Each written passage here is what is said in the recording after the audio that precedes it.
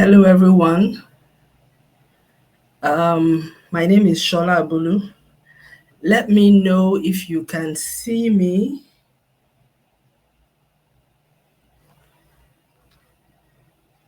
or you can hear me.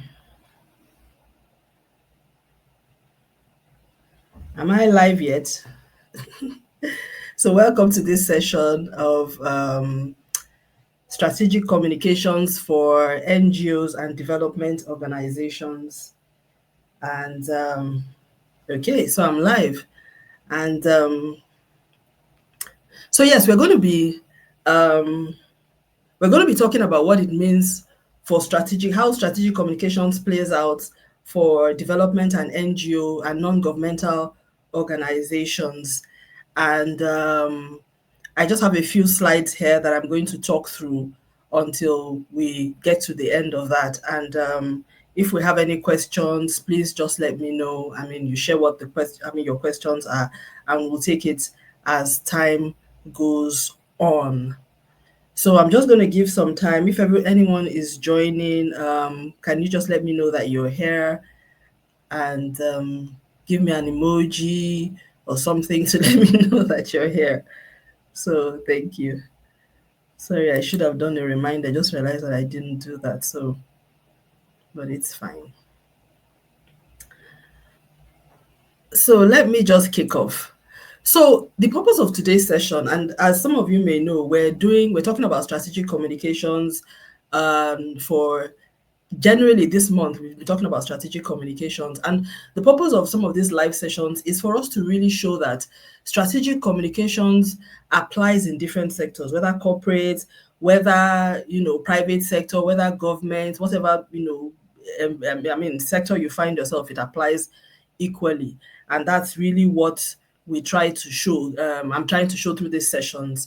And yeah, so I have a few slides here, and today's session is going to be focused 100% on NGOs and development sector organizations. So let's just kick off right from the start. I see a couple of people have joined now. If you joined, and just say a few words, send me an emoji so that we know that you're here, you're hearing me pretty well, the audio is good, that kind of thing. To be lovely to hear from you. So let's start with definitions. What is the development sector? So Oxford definition says that development sector is talking about improving the well-being and addressing poverty in economically disadvantaged regions. It's a multifaceted field that encompasses various topics like governance, healthcare, education, and sustainable development. So, I mean, there are different types of development organizations. There's the American Red Cross, Salvation Army, Amnesty International, Save the Children. We have international NGOs. We also have local NGOs. I mean, international development organizations as well as the local ones. And also, we have the NGOs, which are like the non-profit organizations that operate independently of government. Even though they operate independently of government, they work hand in hand with government a lot. So this also includes faith-based organizations. Even churches can be called NGOs as well. So things like in Nigeria, the Lagos Food Bank Initiative, Society for Family Health, and then of course in places like Kenya, you have like Educate Kenya, improving education. Most of these NGOs or development organizations have a focus. So it's either community development, it's either human rights, social justice, um, um, hunger, poverty, that kind of thing. There's one big picture thing that they're trying to achieve with what they are doing. So if we are now working, you are doing strategic communications and you are working in the development organization, what's the basic outline of strategic communications that applies to you? First of all, what are your objectives? The important thing is what is the objective? What are you trying to achieve? What's the desired outcome? Okay, Abiodun, you can hear me loud and clear. Thank you very much. What are you trying to achieve? So one of the basic reasons why we're doing this is that we have a course coming up next week on the 29th of May, and we'll be running through the strategic communications framework on that course. Now, I'm just going to run through some elements of the strategic communications framework. We can't take all, but I will take some that we can. So starting off, first of all, If you're doing strategic communications, the first thing you should ask yourself is, what am I trying to achieve? If you're working for an NGO, a development organization, what is the objective? Then what is the desired outcome for this campaign, whatever it is that we're trying to do? Most importantly, ask yourself too, what is the problem that we're trying to solve? I think these are questions that people don't think about a lot, but it's very important, because if you don't ask yourself what's the problem you're trying to solve, you're just going to be communicating for the sake of communicating, and that happens a lot. Then you ask yourself, how can communications help?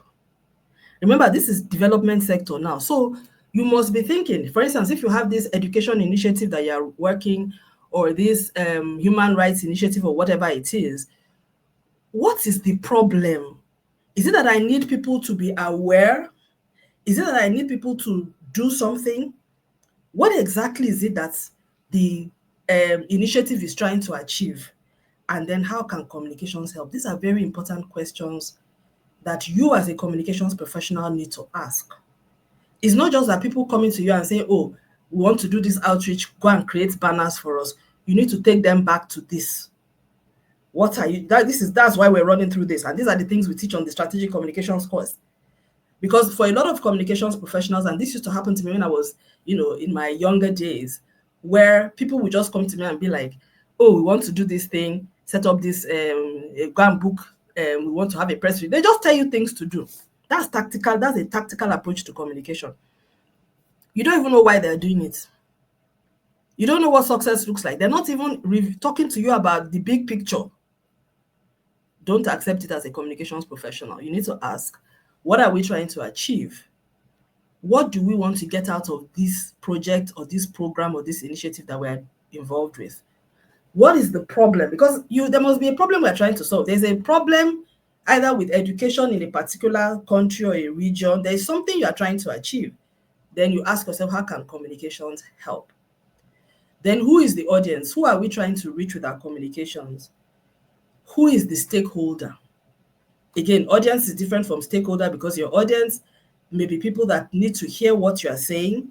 The stakeholders are people that you need to engage. So for instance, if you're involved in a health initiative, your stakeholders are governments, the ministries of health, the beneficiaries, but your audience may be people within the community who may not, or even people generally in that state, being aware that such an initiative is taking place, whether or not they are going to be beneficiaries.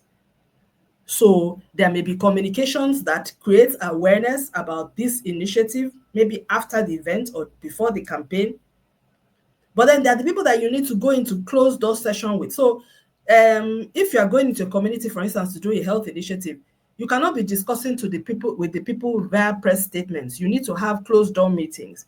So what's the messaging to those stakeholders? What do we say to them for them to give us the kind of support that we need them to give? That's what this questioning does for you. Then you begin to segment your audience, map them, profile them, ask yourself, what do you want them, what do I need them to know? What do we want them to feel about what we're doing? And do we need any action from them? If you also need them to take there's some behavioral change elements involved, you also need to think about what you need to do to make that happen. And I'll talk a little bit about that, but it's not something I can cover so much in this session. But on our course next week, we do talk a little bit about that, because if there is behavioral change required, then you have to do a little bit more. It's not just, the typical communications that you're going to be doing. You're going to have to do a little bit more. And there's a whole process around that. But it's important for us to know how that plays out and what you need to do, what you need to know. So let me just know. I hope you're hearing me well. If you're not hearing me well, just let me know. Abiodun and others, if you're hearing me, just let me know if you're hearing me well. So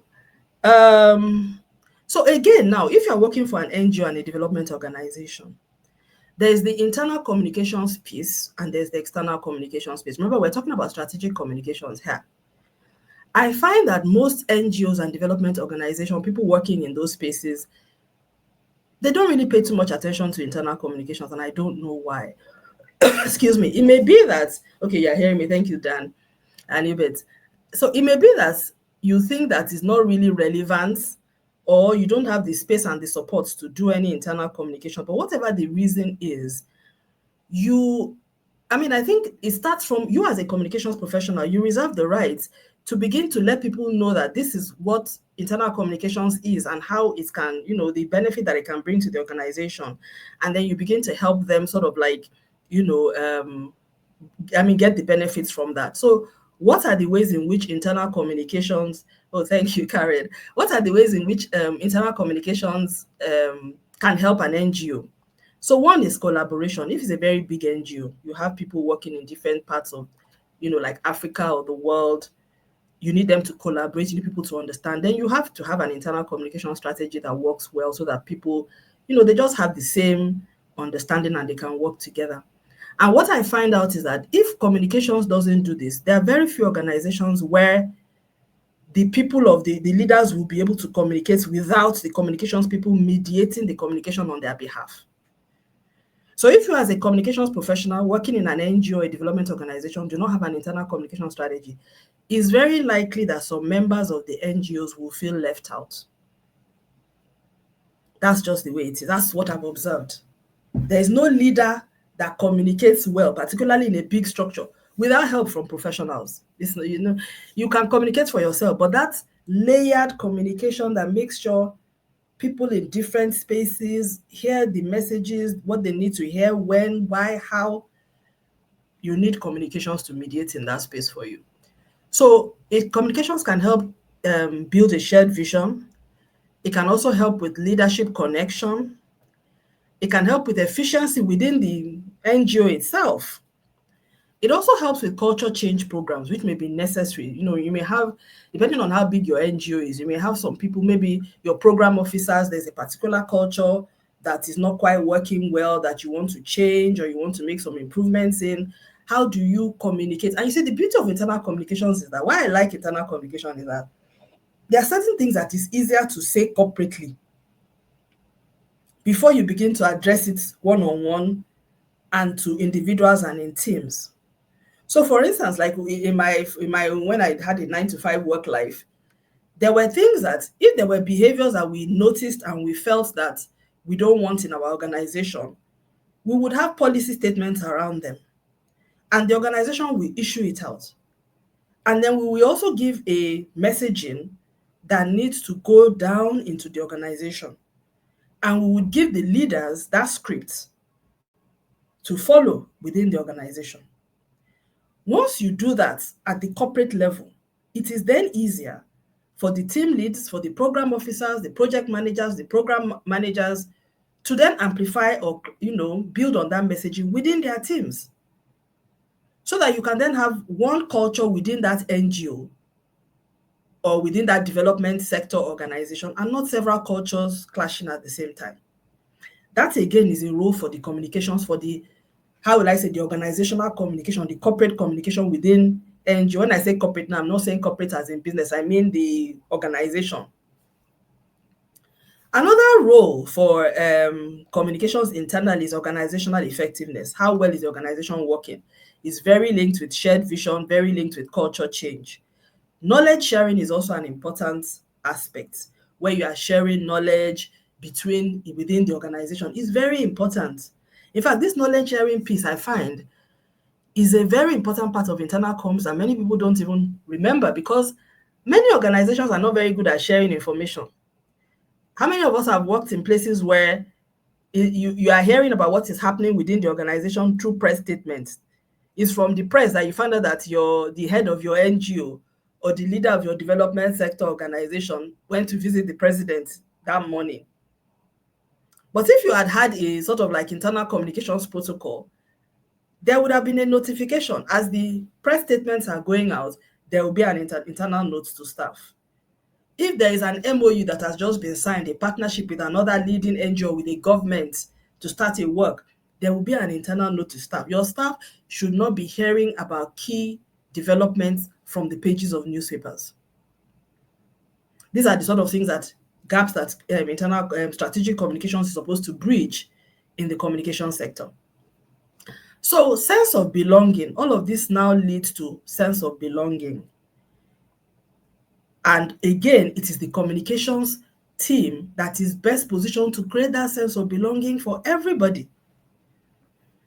So that's on the internal side. Again, like I said, and I'm keen to hear your comments. For those of us working in development space, is this something that resonates with you? Have you had opportunities to work in this kind of space? Do you see this as something that will be useful? I think for the bigger organizations, particularly if you're international, is very critical. I mean, I remember somebody attended one of our courses once, and when we talked about this, I think the person said something like, oh, I think it was in a one-on-one coaching that I had with the person afterwards. The person said that they've observed that some of their staff, so they had a core team in a main office in one part of Africa, and then they had some regional teams in another part of Africa. And the regional teams in that part of Africa always felt like, things were always happening in the main office that they were not aware of. So I said to them, I said, that's a communications opportunity for you. And which is why on the theme of strategic communications, I always like respond to what you are hearing. I said, so if people working in another regional office are saying that they don't get carried along with what is happening at the main office, that's an opportunity for you to have a way of communicating about what's happening at the main office regularly. Either you have monthly notes, quarterly notes, weekly summaries, depending on the volume of work that you do. You may create a newsletter, you may just make it a news story or notification page or whatever. But what does that do for your organization? It strengthens your organization. It creates a sense of belonging. It helps to share the value of what you are doing. Because your organization are also internal ambassadors. And what's more, it also builds you credibility as a communications professional. Now, even the people doing the work, your leaders will thank you for it. When they see that what they are doing is getting amplified, not just externally, but even internally, people are getting to understand the value of what they do. So that's internal. If we now go to the external communications piece, and like I said, we don't have too much time. I'm just giving you a teaser of the kind of things that we talk about in the courses. And the message I want to pass across is that strategic communications is the same. I could have done this session talking about corporate brands, but because I see that most of the time we're always talking corporate, we decided that this time around, let's use this same framework and use it for development organizations so people can see and know that development organizations, that the strategic communications framework works in every context. I could do this for political as well. I could do it for public sector. Just we don't have the time this month. Maybe when we come back to strategic communications in August, I may do that. Although we'll do political communications in I think June or in June. So external communications protect reputation. Many NGOs don't know that they need to protect their reputation. They believe that because they are doing good, their reputation is above board. That's the biggest lie. So they find themselves, so the kind of guardrails that most of us, people from the business world have, NGOs, I don't see them putting those guardrails. They just post anything. They don't worry about checking whether, oh, this thing I'm posting, is this sensitive? Are some people going to, like I see a lot of people posting their beneficiaries, they're telling the personal stories of people that they've helped without even thinking whether there may be some backlash as to why are you telling this story? Have you gotten permission? Why are you showing this? That communications risk is not being managed as well. They just assume. This is my observation, and if you have a different view, please share it. My observation is that I don't see them protecting a lot of NGOs, which is why most of them, they are soft targets. By the time people come for you, they come for you big. And this also applies to faith-based organizations as well. So don't think that because you are doing, in quotes, good, you do not have to protect, or you don't have a reputation to protect. And I'm not just talking about protecting reputation by defending senselessly. I'm saying by not putting yourself in a position where you are a soft target for negative backlash. That is what a strategic communications professional should be advising on. But if you don't even understand that your role as a communications professional in an NGO or development world is to protect reputation, then you probably will not even know what to do. And I would like to hear some comments from some of us, because I'm not seeing any comments yet. So I hope if there are any comments, just type. If you have any comments, please just type it in the chat so that, I mean, if you have personal stories to share or any of this is resonating, I would love to hear from you. So stakeholder management is also an important part. Now, there's the stakeholder management that is done by the program officers, people on the ground, but there's also supporting stakeholder communication that comes from the communications people, and that is pushed out either through press statements, media interactions, public relations messaging, press toolkits, publications, brochures, social media posts, and all of that. But you need to have a cohesive strategy around this. Communications people should be the one writing the messaging for the program officers in the field. So because program officers cannot be going into the field saying something, and then your social media channel is saying something else. Yes, so Abiodun, thank you. I see your comment. Say thank you, madam, for all you do. It's becoming obvious by the day that internal communication is being hijacked by HR, thereby making it making the communications person feeling left behind. Is this an exclusive duty of communications unit, and can we own it if this is the other way around? Thank you for that. That's the kind of intervention I'm looking for. To be honest, Abiodun, your use of the word hijack is very correct. HR has no business doing internal communications. What they can be doing is employee relations. That's 100% their own. Now, I also know that because now in internal communications, because internal communications is targeted at employees, HR should have a role to some extent, but they cannot manage the communication. They can't manage the messaging. And I'm telling you, if you're in a small, when I say organizations, I'm like, people are playing with fire. Because the day the wahala will come, HR people, and I know there are some of you on the call, they do not understand communications risk at all. Two professions that I've observed that don't understand communication risk, HR and lawyers. The two of them, they are the greatest, how would I say, what's the word, defaulters in that space. They will, with their eyes open, they will put you in trouble if you don't know what you are doing. As in, with open eye, they will put you inside trouble. Follow their advice. And I know what I'm saying because I've been in a situation whereby because HR works based on policy, and they believe that anything that the policy advises them to do and the policy empowers them to do, they can do it. But they do not understand social media sensitivity. They do not understand communication risk. They do not understand the world that we live in, whereby even when you are doing what you have the right to do, the court of public opinion may have a different view. So you don't just, the way you will have done it 5-10 years ago, you can't do it like that now. Because that same thing that you've done inside of your company that you felt was okay, if that person went and posted exactly what you did on social media, will you be able to defend it? That's the issue. So to a very large extent, HR has no business handling internal communication. In fact, this is sort of thing that I can actually go on a public debate to even debate this.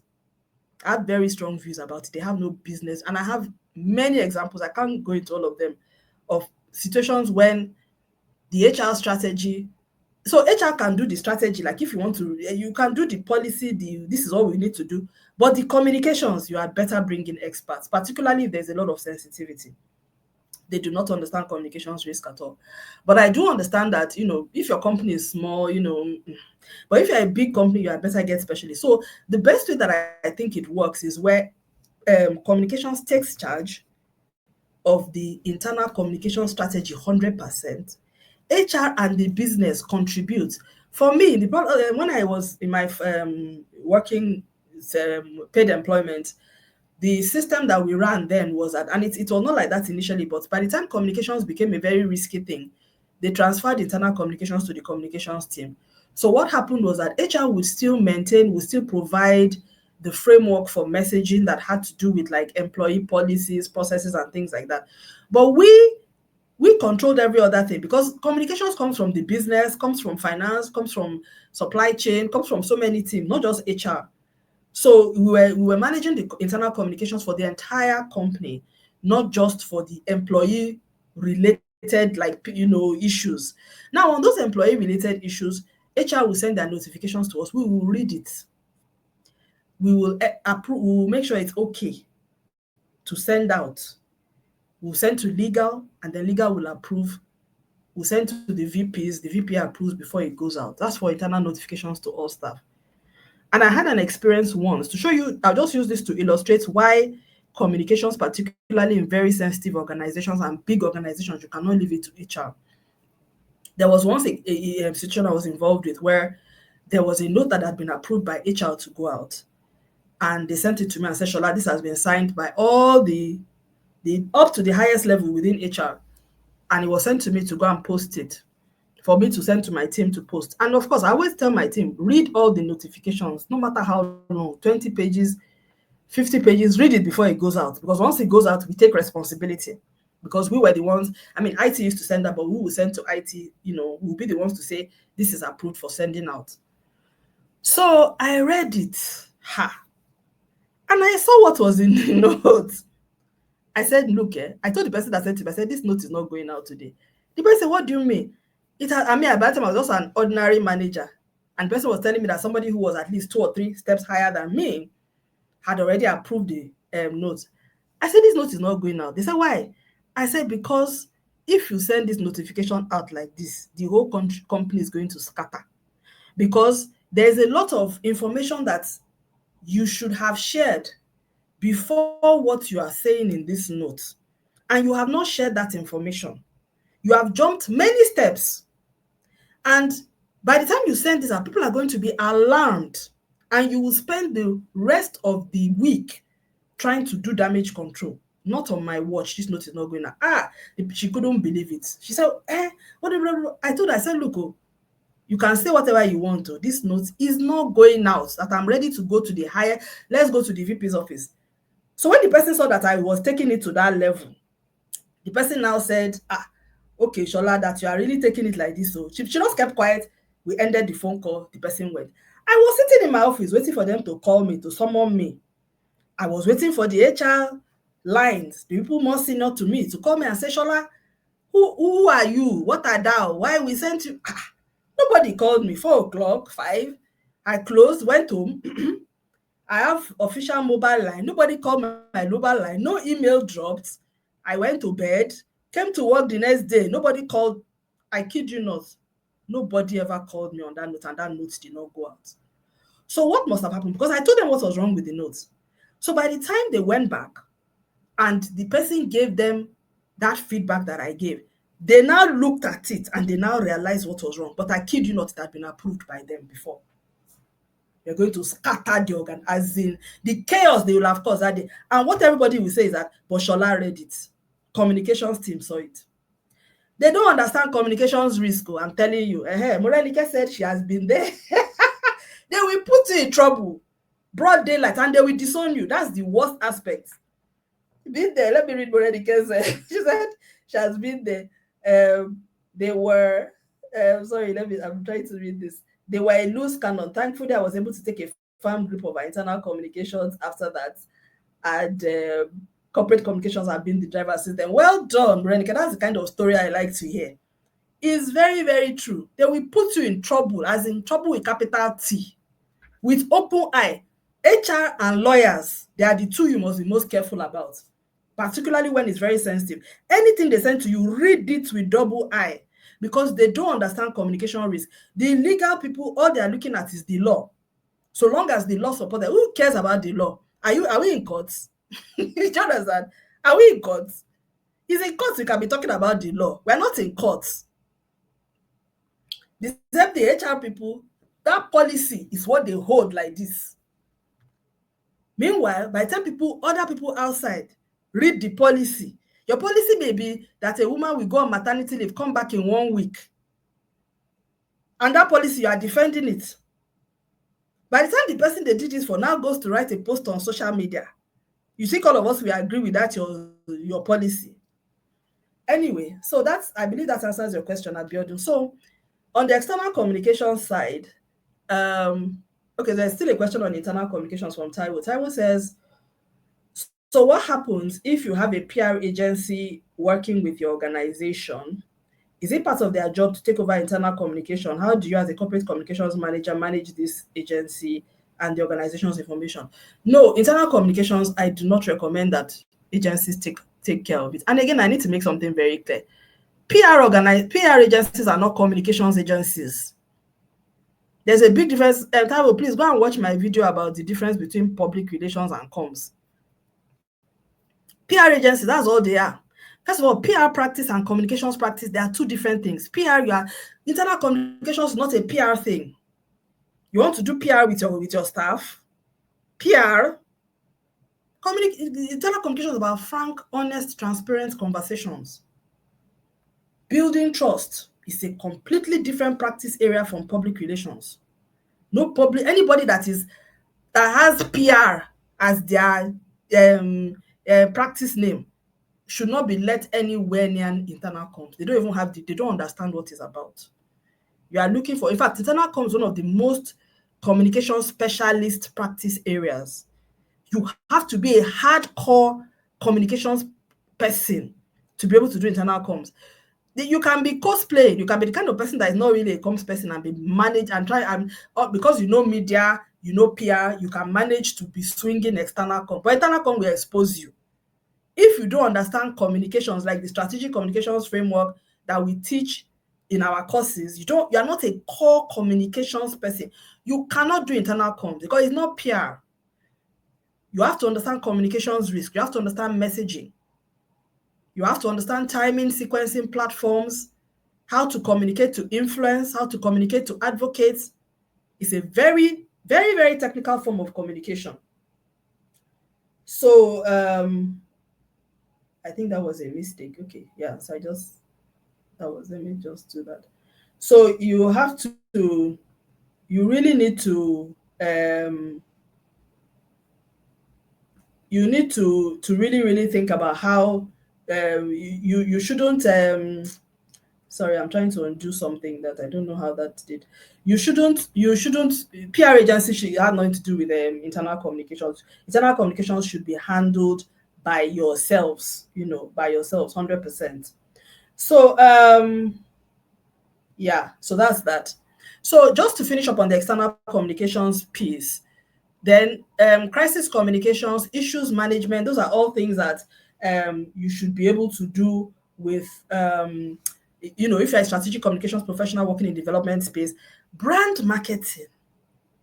Now, I don't know whether a lot of people working in the development space know that they have a brand and they need to market that brand. I don't see a lot of NGOs doing that.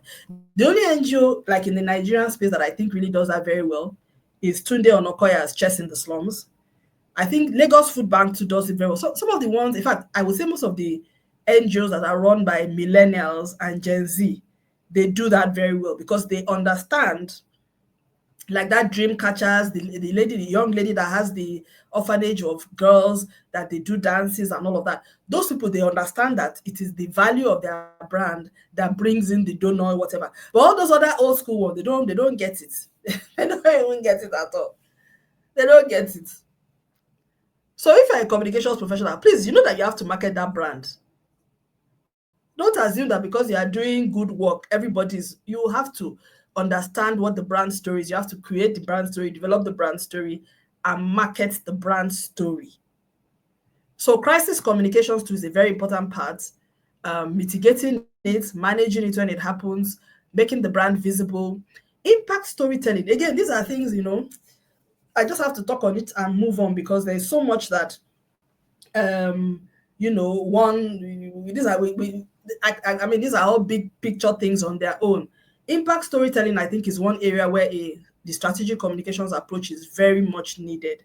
And that's about deciding, being able to tell that story about this is what we've achieved over time with this person, and knowing when a story is ripe to tell and not just rushing to say things. I think impact storytelling, some people do it very well, some people do it very poorly, because sometimes people don't know that with impact storytelling, you have to wait for the story to mature. And it's not every story that you should say. Not every story can be told. Some stories should just be narrative. You shouldn't show any faces. Some stories should be, you can actually show the faces. Some need to be fully immersive. Some should be video, but there has to be a strategy around it in terms of what am I trying to achieve. That whole strategic communications framework thinking has to be brought into it. Not everything, like some NGOs, copy and paste, that's all I see. They just take photo. We donated 10 Indomie packs. Chakam, they take picture. Finish. They've told the story. That's impact. You are not well. Yes, I'm sorry. Oh, Lord, have mercy. Then you'll be expecting us to be donating because you show picture of donating Indomie pack. It's much more complex than that. Where is your data? How do we make sense of what you're doing? So I just feel that, I feel NGOs and development sector organizations need a lot more guidance in terms of storytelling, because like I said, some people do it very well. I'm like I said, Chess in the Slums. If I want to look at Nigerian examples, Chess in the Slums is number one. Nobody does it like Tunde Onokaya does it. And you can see how far his storytelling has taken him. It's literally made him. Tunde needs money, he raises it, he calls for it, he gets it. He don't know fatigue, he doesn't even know what it means, because he's telling his stories, and he has a sequence, he has a plan. He's extremely strategic in how he tells his stories about the impact that they're doing. It doesn't mean that his own NGO is the most impactful. It is not. But he's very good at showing the impact of what he does. And he's strategic about it, extremely strategic. So, and he doesn't do that copy and paste, we just take photo and go. Some of you, I think if you're in the development space, you need to really follow him and try to, look at what he does. Even though I know his approach may not be suitable for everyone, and he's also using personal branding, which you may not be able to do if you have an institutional brand. But then I think there are things that we can learn in terms of how you follow that sequence of communication. You target audience message, what do you want people to know, what do you want them to feel, what do you want them to do, and things like that. So donor investor relations. Yes, Adedeji says he agrees with me that brands should invest more in strategic storytelling. I think so. In the development sector, the storytelling is very poor, to be honest. It's extremely poor. Nobody is blowing your mind. And I'm like, the people that give you money, you should be really appreciating them, because most of us are not even seeing the value of what you're doing. So yeah. So campaigns and events, yes, that's also part of the communications work. And then how do you bring the messaging around that, and that cohesive story around what the brand is doing and all of that. And also advocacy and influencing. I think this is a very important one where, like an NGO, you are really able to advocate for a position and influence. Or funny enough, in the Nigerian space, I think it's actually a government agency in Lagos that I would say I've really seen come out very strongly on an issue that has raised the profile in such a way, and is the Lagos State Domestic Violence Agency. So even though they are a state government agency, they advocate, they influence, they've created so much awareness about their agency, what they do, that everybody in the state knows that if there's an issue of domestic violence, just call them, just tag them on look for their Twitter page, tag them. Everybody, nobody is in doubt as to what they are doing. So although I understand that, you will say, okay, they have the state power and all of that, but then they're not the only government agency. We don't see other government agencies having that. And they're very small, but highly impactful. Highly impactful and very connected to the populace. And they built their trust and credibility. They are doing a lot of work out there in the field, but they're also communicating. They've created messaging. There's a very strong communication strategy. And whenever they get involved in a case, they will announce that they've gotten involved with the case. They will update about the progress on the case, the conclusion, the follow-up. They carry you along. So many times, I don't even know if I follow them, but I always see their posts. So many times you get to know what's going on. Even if you don't catch the story at the reporting stage, you will catch it at the prosecution stage, or they follow up. And that follow-up is important in the development space. You cannot come up with a story and leave it halfway. We need to see the trajectory of whatever it is that you're doing. So anyway, donor investor relations, that's another area where I think NGOs really, really handle things very, very poorly. I say this also from personal experience where, I've donated, to some NGOs, and then, there's no acknowledgement, there's no communication about what's been going on and all of that. And then when they all of a sudden need some more money, they're now coming back, and then they're like, oh, hello, all of a sudden they now remember that you exist. When they're doing fundraising drive, it's just tacky. As in, they don't build relationships to last. they're just very careless about it, and they always assume, I don't know that is a cultural thing in Nigeria, but they assume that because they are doing good, you will always listen to them. Don't take people for granted. So I think development space, they do that a lot, which the business people don't do because they're very commercial and they know that everything, time is money, but yeah, NGO space, you guys take people for granted a lot, and it's just not right. So communications should be able to play a role in that. So awareness creation and all of that. So I think I need to move on now because I'm actually supposed to have stopped by 12:30 and giving opportunity for questions.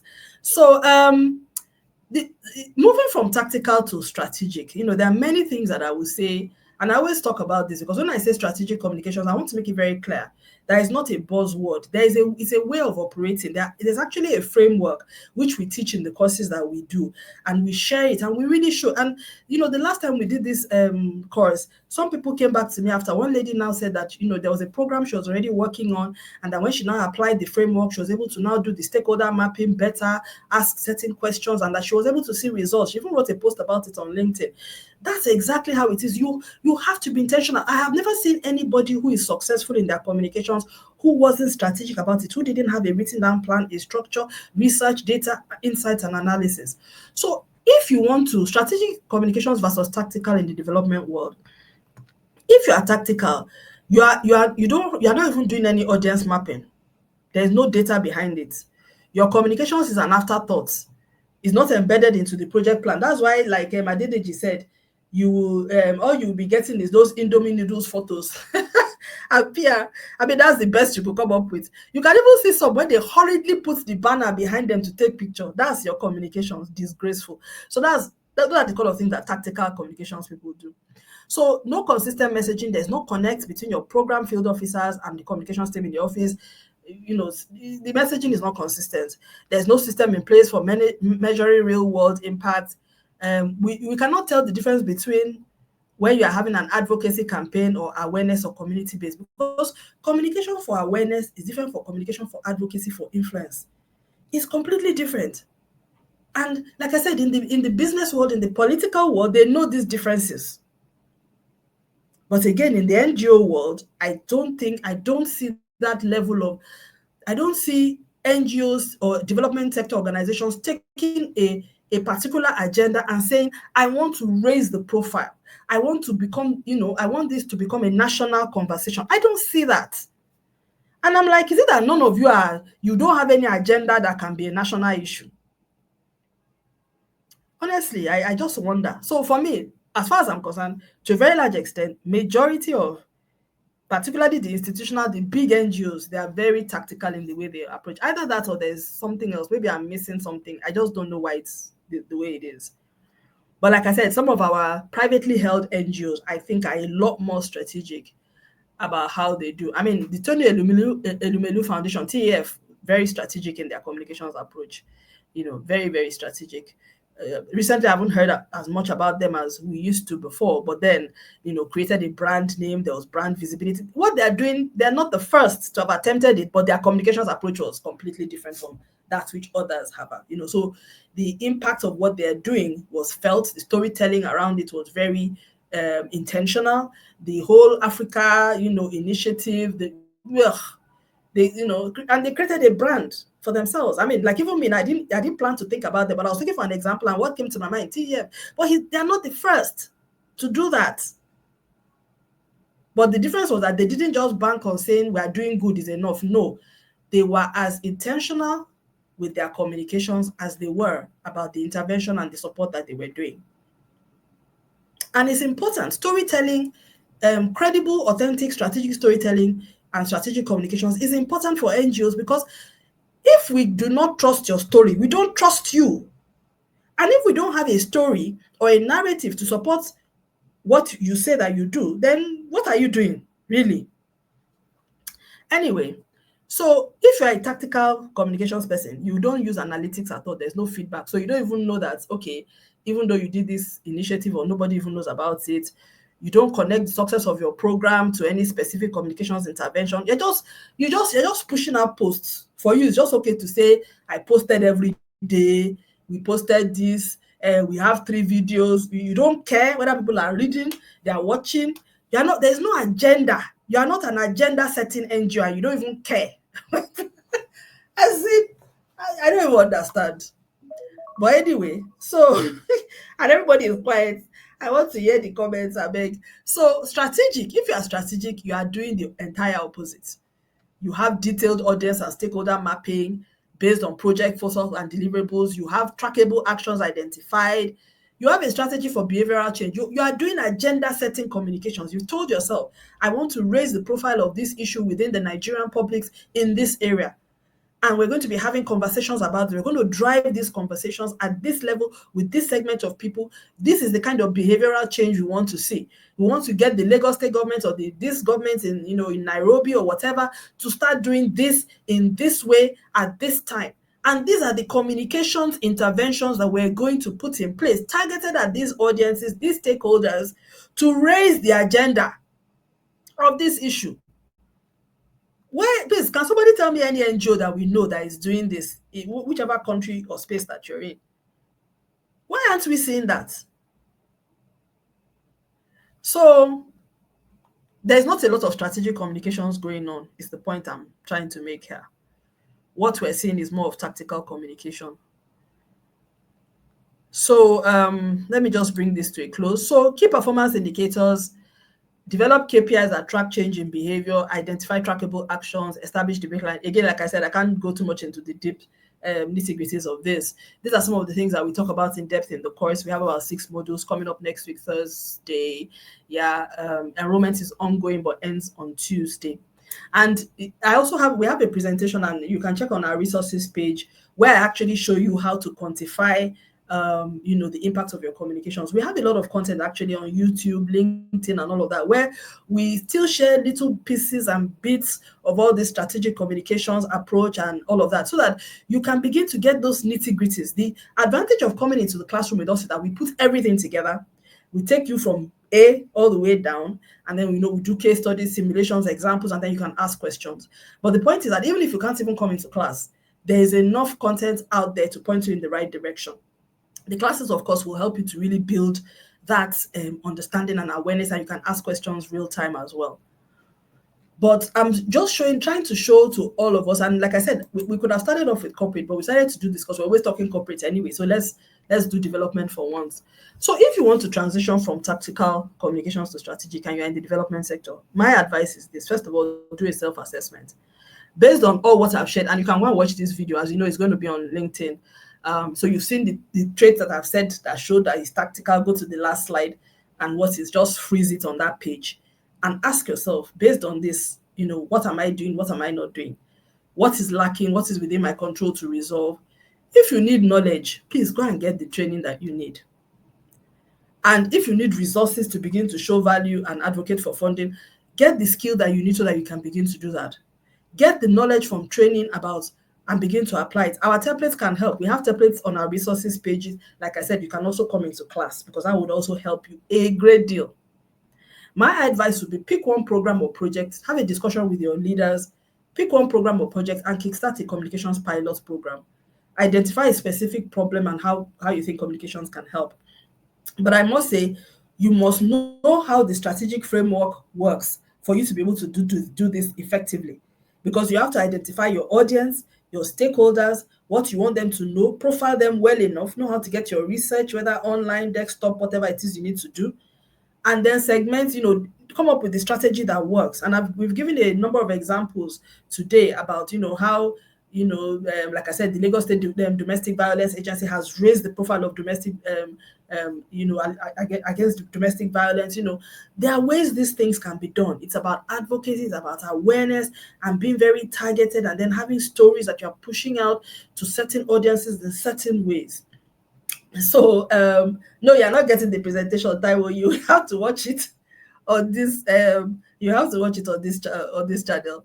So identify the target audience and work with the program officers to agree the message strategy for each audience. That's based on research, insights about the background, perspectives, and all of that. Then you implement, you monitor, and then you refine your strategy. So this is where I bring this to an end. So, I mean, like I said, the process, the reason why we do these things is because for me, I'm a communications professional, a hardcore communications professional. And one thing I want to make it very clear, I always let people know that I didn't get to this stage in my career by not being trained. Even the strategic communications framework, it was people had to come into my office to train us on what it was about. This was about 2008, and it was a game changer. And what I observed, excuse me, because then all of us were PR practitioners, this communications thing was beginning to start. But I noticed that some of us when the communications profession began to evolve, some of us took it more seriously than others. Some people were stayed in their comfort zone. Oh, for the paid training, yes, you do. You get a handout summary, Taiwo. You definitely do. We give a summary of the key slides. Usually the presentation is about 120 slides. Then I select about 60 key slides or 50, and then I share with the team. So yes, you do get the slides, very key slide, a summary of the key slides after this for people who join the courses. So the session is so like I said, what I discovered is that there's certain things this communications profession, to become an expert or a master or to become a communication specialist, you cannot learn it. I've not seen anybody who has been good at it without having training. I've not seen. You must go into a classroom and get training. Where you get the training, is left to you. But that's on your own, you just figured it out. Except you were very lucky to have worked with somebody who was very highly skilled. Right now, okay, there's more material on the internet. I know SIA too, we are pushing out quite a bit of material on the internet. So you are also getting training. So when I say training, you're either getting training by watching webinars online or something. But just by sitting in your office, it's not going to happen. Most of us are not even working in offices that have, we're the only communications person. So the knowledge is not within your office. Even for me, then, the knowledge came from people in the global office, not from the people in the country office in Nigeria. So from then on, and when I look back now, I'm so glad. That thing where they came to do a training and you are glad you attended. Because I don't know what would have happened if I missed that training. Although I know they will have, because it was a requirement for my job at the time. So on Thursday next week, we're going to be going into the details of the strategic communications framework. We're going to be teaching you everything you need to know, anybody that signs up, for what it means to be a communication specialist in the 21st century. There are 6 modules, and this is what we're going to be going through. We introduce the strategic communications framework in the first module. We introduce the stakeholder management framework in the 3rd module. We talk about internal communication in the 2nd module. We go into messaging in the 4th, talk about leadership communication specifically in the 5th, then talk about quantifying communication. So everything that we've talked about today that we sort of like glossed around, we deal with it there. I must also say though that, a one-day course is not enough to make you a master in communication, but what this one will do is to set you on the right track. And it will give you a framework for how to begin to think about communications. And it's really game-changing, I must really tell you. Sometimes I want to say some things, but it will look as if I'm bragging. But I need to say that the reason why, and I give God the glory as I'm about to make the statement, but I need to say it, and I hope you receive it with the, in quotes, humility and the modesty that I'm saying this. The tools and the frameworks that I have are what give me an edge when I come into conversations with senior leaders, business leaders, C-suite leaders. Because the things that I say, they've not had it anywhere. Where will you hear it from? Because it's not something you stumble on. Most of you on this call now, you have been working for 10, 15 years. Some of the things you've heard today, have you heard it? Do you understand what I'm saying? Just like if I didn't attend that training that day, what those people told me after 10, 12 years of practice, I did not get it from working with my colleagues in the office. So this thing that we're all doing with this our profession, where we think that just by on the job we deliver everything, there is nobody that does that anymore. In fact, I just got off Instagram. I was checking one website where one lady, she has a chef company and she's teaching people how to become chefs. Everybody has to go into the classroom. Artisans, fast fashion designers, everybody. Every profession does this. HR people. I have somebody working in my team who has, she's an HR aspiring HR practitioner. There is a path. They all know they need to be chartered, and there are things they need to have before she can ever aspire to say they want to be HR manager or HR whatever. Unfortunately, in communications, we don't have that.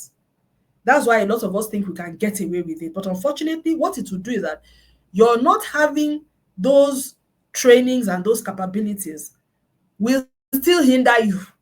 It's just that you will not know that it's hindering you, because yes, you will still get the jobs, you will still get into the rooms, but you will not be able to deliver. That's the problem. So I will just leave it at that. Any questions? Because we're about to, I took questions while this was going on. Thank you to those of you that asked the questions. That's it. We're supposed to run out of time. We just have 5 minutes more. So if you have any question, please just drop it so that I can respond to it now. And then before we bring this to a close, and thanks for joining. And I must apologize. This session should have happened like a week ago, but stuff happened, so I had to reschedule. And I thank God that we've been able to do this today as well. So that's Anibet showing us the registration link in the chat. So please register if you'd like to join us, and we would love to have you on board. Let me see. Yeah, so any comments, last questions before you come in? And let me know feedback. I hope this has been useful for you. Okay. So if there are no comments, Anibet, am I missing any comments?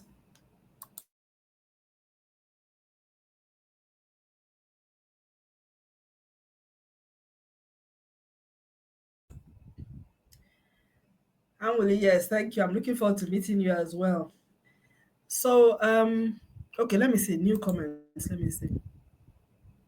Okay, no, that's Anwuli. Oh, Taiwo said I need to start. Chartered Institute of Strategic Communications of Nigeria. Hey, flesh and blood has not revealed this to you. To be honest, this is excuse me. This is something that I think we need. We really need this in Nigeria, to be honest, because we need it. It's really a problem that we don't have this, but I believe that with time we'll get to the point where we need that, because I think people not even knowing what they don't know is not even helping us to even say, okay, this is what I should be doing, this is what I should be getting. It's just not helping. So hopefully we'll get there.